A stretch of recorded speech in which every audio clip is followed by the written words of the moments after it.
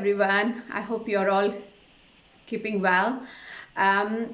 So I thought today's live, I'm just going to talk about mistake number 2. If you remember yesterday, I said that I will talk about 10 different mistakes that people make, when they're picking their rent-to-rent properties. And that's what, has an impact on their business, makes a big difference, between making a profit of your business or, making a loss out of it. So, I thought today I will talk about the second mistake that people very often do or they're very tempted to do, and that is when they find deals and they feel that that particular deal is making good profit and they're very tempted to take that deal.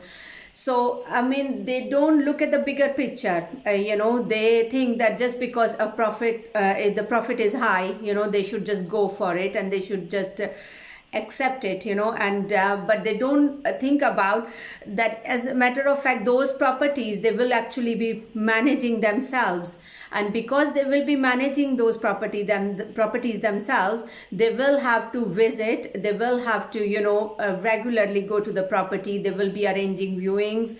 So, the time they will be spending in traveling, especially during the rush hours, and also the petrol they will be, money they will be spending on petrol, it will all add up. So it will actually, although initially a deal might look like a good deal, but because they have picked a deal which is on the other side and which is going to take them 2.5 hours, it's now going to take them that long and they will soon feel burnout, So always be sensible when you are picking your deal. Make sure that you're picking a deal which doesn't take more than half an hour for you to travel to, because there could be any issue with the property, or tenant might have an emergency, or there could be you might not have a handy person where you could send someone.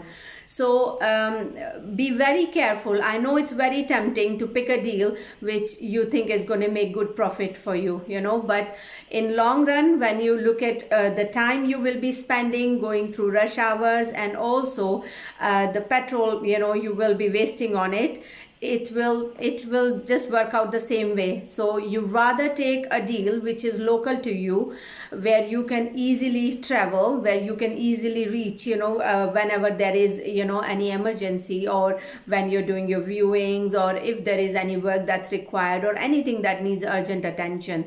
So just make sure. That's the second mistake. I find that many times people, they think they can just pick a deal just because it's going to make them good profit, but be practical about it.